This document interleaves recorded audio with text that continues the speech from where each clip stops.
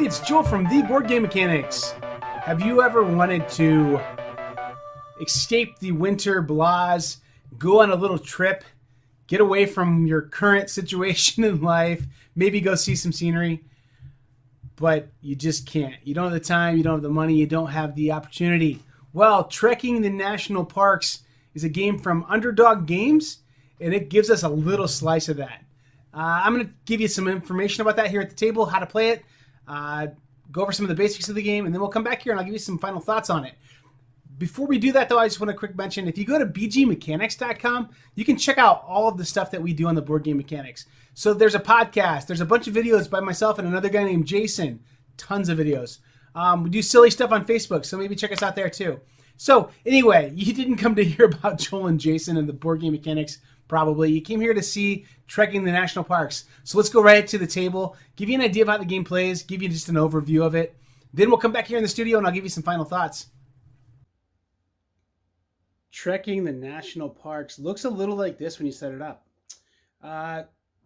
Actually, right off the bat, you're going to draw comparisons, I know, to another game that's very popular. But let's just go over the different components. This is the board here. The board is your basic map of the United States. It's got some neat little flourishes on it with some different wildlife that you might find in national parks. Kind of neat. And then you'll notice these stones. Those are removable. You're going to collect those throughout the game. Those are randomized and placed in all the national parks. Not all of them. There's a few that aren't in the game. But majority of the national parks are in the game. So that's the first thing, is there's a board. Then also up here at the top are these nice cards. I'm going to bring one of these up here so you can take a look at it. This card here is for the Petrified Forest. So every one of these cards has a piece of art on it, that a photograph of a national park that it's depicting. And I believe the photographs were taken by the family that created this board game. So really neat connection to the idea of family and travel. And then it kind of just tells you a little bit of flavor text about how the park is there. I'm going to go ahead and mention while I have this card up, there's some symbols here on the bottom. And those are going to come into play later. The forest and the boot, and then the 5 and the national parks kind of arrowhead symbol there is how many victory points this is going to be worth. So those are victory point markers. So I do have 3 parks that have the white border out, and then I have over here, I've got 3 with the red border. So let's go ahead and zoom down a little on those. Those 3 parks right there are like what they call like the bigger parks, the major parks, and they give you a permanent kind of benefit sometimes. The other ones, you just take the cards and they're replenished. These stay out the whole time. So amongst your player pieces, you get these tents. And then you also get this awesome big hiker. I mean, look how big that is. I mean, like, just for scale with my hand. Oh, look at that. It's a big dude. So I'm used to components getting smaller and smaller in games. This one's actually a really large component, set of components. But then you're going to take these tents and place them on those major parks when you complete the set collection you need there. And they're going to grant you bonuses. But then there's also these minor parks, and these are going to be cards that you actually collect, and those are important because they're going to trigger the end of the game. So let's keep going through the game here, the components, and we'll get back more into what these things do a little bit more later. We have these trekking cards. These they come in different suits with different numbers on them. We'll get more into that in a second. And then we also have these majority cards over here.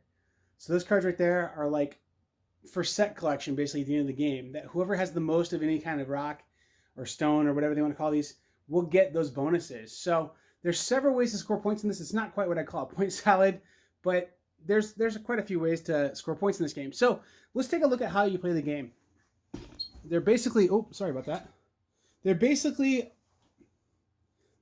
are 4 actions that you can do, and you can play 2 different actions or the same action twice.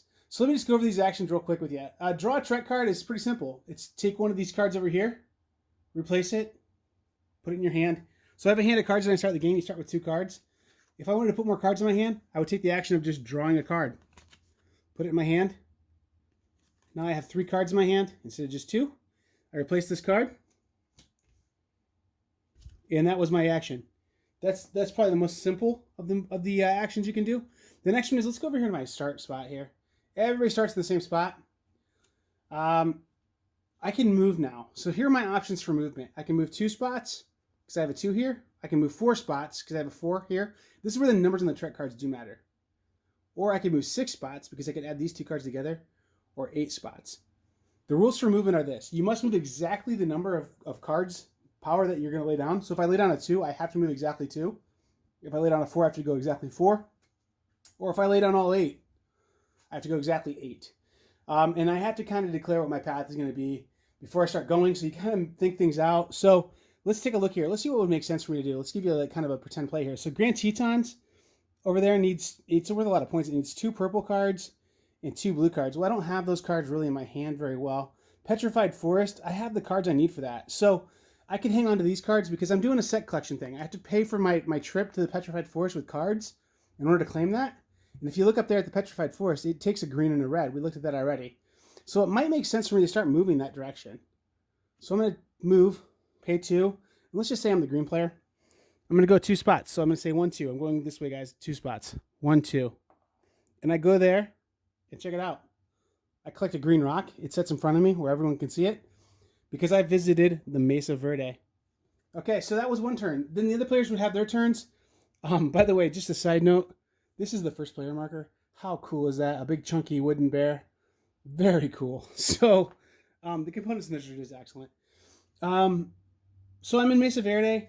The other players had a turn, let's just say, and now it's my turn, okay, again. And check this out. I need to get to the Petrified Forest, right? Let's say these cards are out. Look at this one. That's going to come in pretty handy. So I draw that card, replace it, and then I can move 1 now, right? Because I took that 1. So I'm going to play this 1 down. I'm going to go to the Petrified Forest, and then I'm going to take the stone because I stopped there. And that's my 2 actions for this turn. Next turn, I can do some of the other actions that I can do here. And these are basically the same action. The occupy a major park and claim a park card are very similar actions. So I'm in the Petrified Forest now. That's 1/2 of the condition that needs to be there. Plus I need to have the cards so I can pay for the Petrified Forest card. So let's take a look at the Petrified Forest card up there. Pan up. Petrified Forest, look. It needs a green and a red. I have a green and a red. So I can pay for that card with the cards in my hand. I will claim that card, replace it, and I have a card. I have one of these cards right now. So one of the in-game conditions for this game is if I have 5 cards, the game is triggered the end. Everyone gets equal turns, but that's triggered the end of the game. So that's one way the game can end. Another way it can end is once all the stones are off the board, and then we would get equal turns again, and the game would end. So those occupying parks things are very similar. The only difference is if I wanted to claim, say, Yellowstone over there, I'd need 2 brown cards. So I'd need 2 of these brown cards that I would have had acquired, be in Yellowstone, and then I would play those yellow cards as my cost, and then I would put one of my tents, not take that card there. So I would put a tent for my set of tents I have. I would put a tent there and claim that I've been there. Another piece that I want to mention to you real quick is this. So let's say that green player's in the Great Sand Dunes, and red player wants to get over to Mesa Verde again, okay? So they want to move past him. He has a 2, 1, 2. That would make sense, right? Except for this rule. You can't bypass somebody, okay? You can't bypass someone. So he's going to have to find another route. So he's going to have to go 1, 2, 3, 4, 5 to get there by going down through the southerly route here. Again, 1, 2, 3, 4, 5, and then he gets to Mesa Verde right there. So it's kind of an interesting blocking mechanism. There's another even more interesting mechanism that happens in there too. Let's say that Petrified Forest is a hot place. We both want to get that card, and red's getting close. He has the cards. He's ready to go. I'm hanging out in Petrified Forest. I can't just block him. I can't just hang out there and block him. He can bump me out. By playing a 1, he bumps me. If he stops where I am, he's not passing me. He bumps me back to the start. So that's almost like the game, like Sorry or something. So you can hit me out of the park, bump me out of the park, and put me back on start if you stop where I am. Okay? It's an interesting game. There's some other things that are worth mentioning is that, you know, if you have the cards in your hand to get all the way across the board, you could play them all for 1 action. It's going to be much more effective and much more costly to play a bunch of cards at one time for 1 action. However, you're bypassing a ton of rocks, or stones that you could be collecting. So it kind of makes sense sometimes to go slowly, use those extra actions to collect the stones. If no one else is collecting stones, you can get a ton of bonuses, because here's the stones I would have hypothetically collected here. Let's say I would have gotten a couple more greens, maybe a couple yellows. Well, then we go over here and we start claiming these bonuses for the most of every color. So if I have the most green, I'm going to get 4 points. Second most is going to get 2. And in a 2-player game, you just play with the most rocks. You don't play with the full set. In a 3 or 4-player game, you play with the full set. So really a neat game. Really nice graphic design. I think that is a pretty rough rules explanation. If I missed anything, check the subtitles. I will put those in there. However, I think that's pretty well it. And I think as you go through the rules and the explanation and the rules, they have really nice examples. They have really nice, just the rule book's really well laid out. I think it makes it pretty simple to play. Another thing I want to mention is this. When you buy the game, it comes with this cool leather pouch, which I think is really neat. It's got that rustic, like going to the national parks feel, but it's to store your stones. So, I mean, like the need for this bag is fairly minimal. It's not like you're drawing stones out the whole game. It could have just been a regular bag, but I think they wanted to have a nice little flourish in there. So the production value on this is just really incredible, pretty amazing. I think this game really does feel like it's a love letter to the national parks. So that's rough gameplay. Let's get back into the studio and take a tour through my mind and see what I think about this. So that's roughly how the game works right there. It's a neat game. It's really a neat game. Now, immediately it's going to draw comparisons, I know, to basically to Ticket to Ride.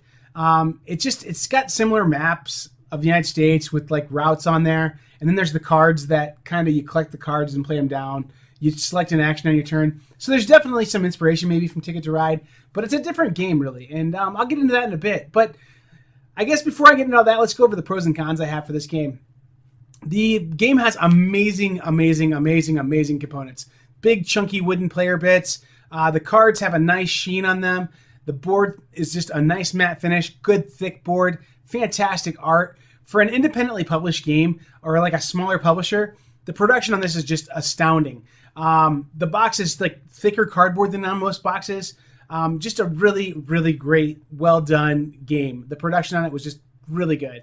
So the components, man, top notch. It's a really cool game because you get to see pictures of all these parks. So I like this game a lot because Acadia, it's like a beautiful park, but I didn't know a lot about Acadia until I played this game. There's certain parks that I didn't know were national parks that I'm like, whoa, that's a national park? That's not too far from me. Maybe I should go check that out.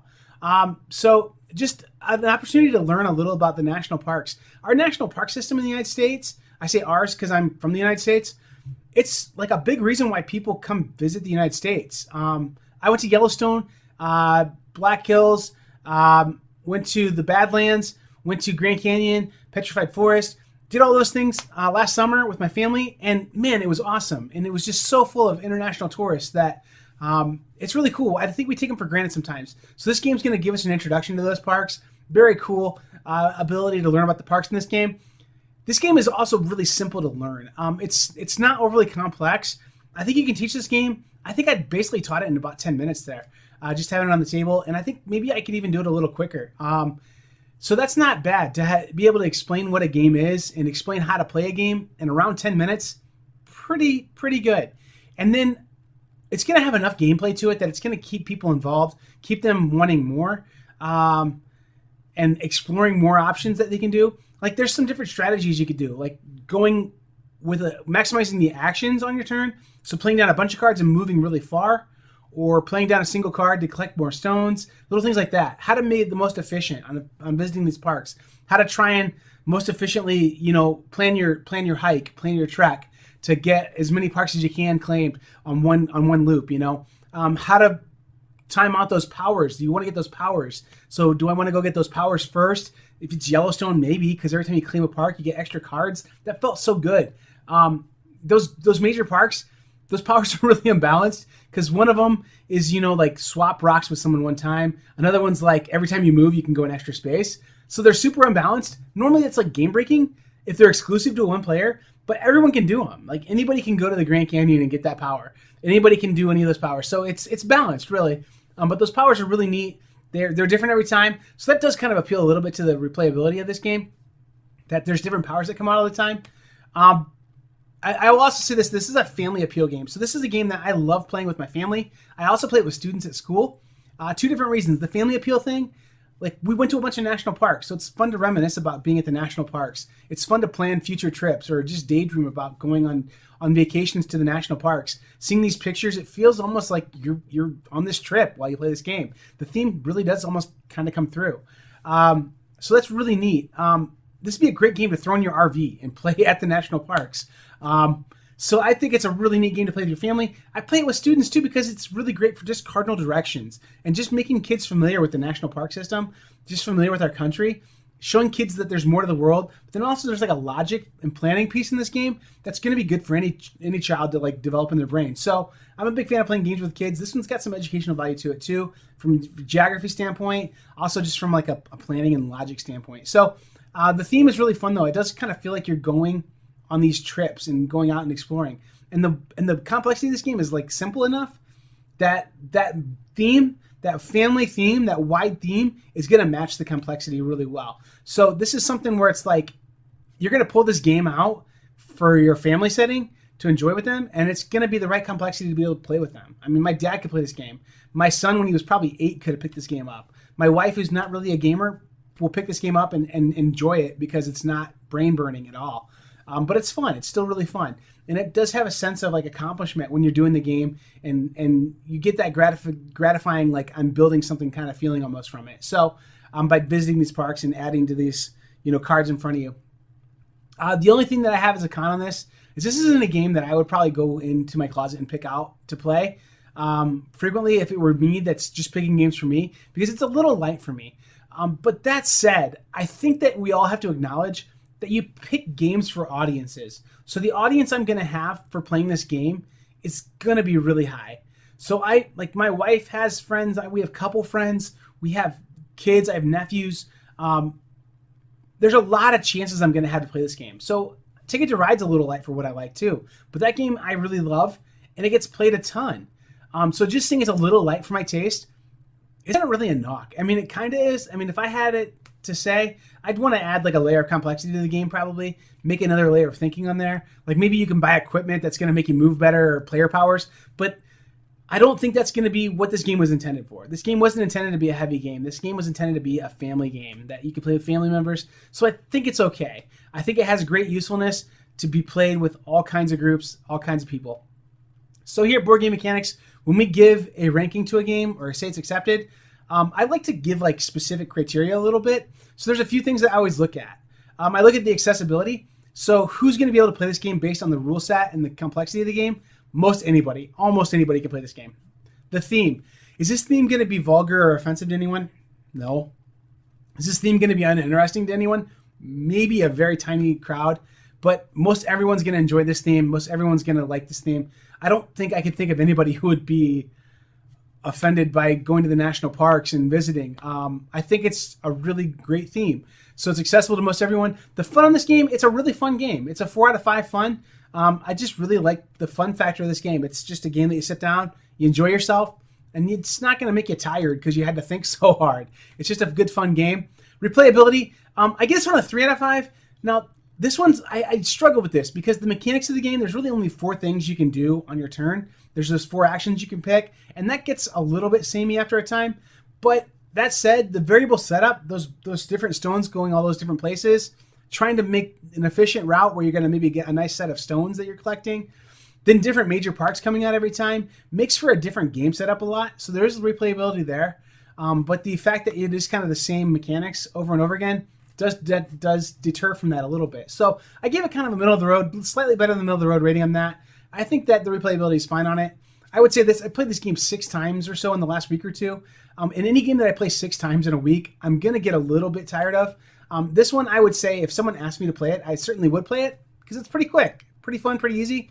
But I probably wouldn't pull it out after 6 plays in a week for myself because it does just kind of get a little repetitive.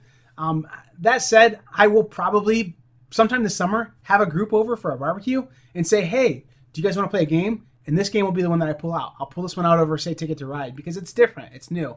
And I will enjoy playing it. So the replayability, I think is fine. The design and the art on this game, phenomenal. Off the charts for a independent game. The graphic design, they spent money on this. And you can tell. And the production on this is amazing. So that puts me down to where I'm going to give a final score. My final rating is a 4 out of 5, which makes it board game mechanics accepted. So we're accepting this game as a good game. And I'm actually giving this one a special subcategory. This is going to be one of my gateway selections. So this is a game that, again, is going to be maybe a little light for me, maybe a little light for an avid gamer, but it's certainly good at introducing people to gaming. And it's certainly good at what it does. So I like it. I like it for that gateway kind of selection. I think it's going to actually come off the shelf more this year than Ticket to Ride, because I'm getting a little tired of Ticket to Ride. A lot of people I know that play gateway type games have played that one quite a bit. This one's just enough different that it's kind of fun, kind of neat, and it shows people the other things in gaming a little bit. So a very cool gateway game, 4 out of 5 wrenches. Really like it. Yeah, and I'm glad that I had the opportunity to review this. So that's that. If you want to connect with us, leave a comment here or connect with us on Facebook. You can find our email addresses and a contact form on our website, which is www.bgmechanics.com, which you can find in the footer of this video. And I guess that's about it, guys. I've been Joel. Keep gaming. Trekking the National Parks. Very cool game. If you're thinking about it, go ahead. I give it a nod. Really fun. All right. Thanks again, guys. Keep gaming.